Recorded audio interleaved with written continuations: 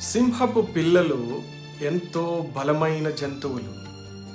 సింహము దాని పిల్లలను ఎప్పుడూ ఆకలితో ఉంచనే ఉంచదు. ఎంత దూరమైనా ప్రయాణించి, ఎంత కష్టమైనా సరే తనకు కావలసిన ఆహారాన్ని సింహము సంపాదించుకుంటుంది. తన పిల్లలకు ఆ ఆహారాన్ని అందజేస్తుంది.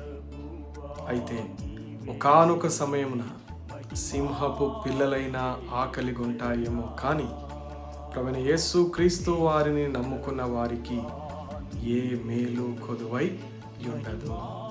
ఆయన యందు విశ్వాసం ఉంచుము, ప్రభు కొరకు ఎదురు చూచుము. ఆయన నీ సమస్త హృదయ వాంఛలను తీర్చు దేవుడు. శ్రేష్టమైన ఈవులతో నిన్ను ఆశీర్వదించు దేవుడు.